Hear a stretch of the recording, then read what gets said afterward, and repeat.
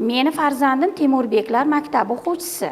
Bitiruvchilar uchun oliygohlarga kirishga qanday imtiyozlar mavjud? O'zbekiston Respublikasi Vazirlar Mahkamasining 2017-yil 20-iyundagi 619-sonli qarori bilan tasdiqlangan oliy ta'lim muassasalarining bakalavriatiga talabalarni o'qishga qabul qilish tartibi to'g'risidagi nizomga asosan Temurbeklar maktabi bitiruvchilariga O'zbekiston Respublikasida oliy harbiy hamda harbiylashtirilgan va ixtisoslashtirilgan ta'lim tashkilotlariga o'qishga kirishda o'tkaziladigan test sinovlarida o'zlari to'plagan ballarini 30% miqdoridagi qo'shimcha ballar ko'rinishida imtiyozlar beriladi.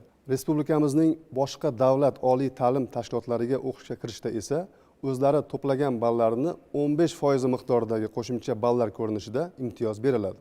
Temurbeklar maktabini imtiyozli diplom bilan tugatgan bitiruvchilarga tarkibida Temurbeklar maktabi bo'lgan vazirlik va idoralarning tegishliligi bo'yicha oliy harbiy hamda harbiylashtirilgan ta'lim muassasalariga yoki ixtisoslashtirilgan bilim yurtlariga test sinovlarisiz tanlash tadbirlaridan muvaffaqiyatli o'tish natijalari bo'yicha kirish huquqi beriladi.